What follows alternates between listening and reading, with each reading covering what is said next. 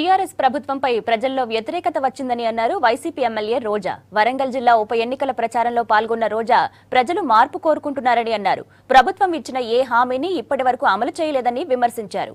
దళితులకు 3 ఎకరాల భూమి ఇస్తామన్న హామీ ఏమైందని ప్రశ్నించారు రోజా. సో అన్ని వర్గాల వాళ్ళు అన్ని కేటగిరీస్ రావటం అనేది నిజంగా వాళ్ళు ఎదురు చూస్తున్నారు. మా సమస్యలకు స్పందించే నాయకత్వం రావాలి, మా కోసం పోరాటం చేసే వ్యక్తి కావాలని వాళ్ళు ఎదురు చూస్తున్నారు. కాబట్టి ఈరోజు ఈ ఎన్నికను ఒక ఆయుధంగా వాళ్ళు ఉపయోగించుకుంటారని నేను అనుకుంటున్నాను. తెలంగాణ బిడ్డలు రైతులు ఆత్మహత్యలు చేసుకుంటే 1400 మంది దాకా కనీసం దాని మీద ఒక స్టడీ చేసి ఇంకొక రైతు చనిపోకుండా ఏ కార్యక్రమం చేయలేదు. పేదవాళ్ళు అందరూ కూడా మాకు ప్రతి ఒక్కరికి పేదవాడికి ఇల్లు ఇస్తానన్నారు. కానీ ఈరోజు 17 నెలలు అవుతున్న ఒక్క ఇల్లు కూడా కట్టట్లేదు. సో మేము ఏదో అనుకున్నాం కానీ జరుగుతున్నది చాలా ఆపోజిట్గా జరుగుతుంది అనేది బాధ ఉంది. అది కాకుండా దళితులకి 3 ఎకరాల భూమి అన్నారు. 3 ఎకరాలు దేవుడు ఎరుగు, ముఖ్యమంత్రిని చేస్తానన్నారు, ఉన్నవాడిని బర్తరఫ్ చేసేశారు.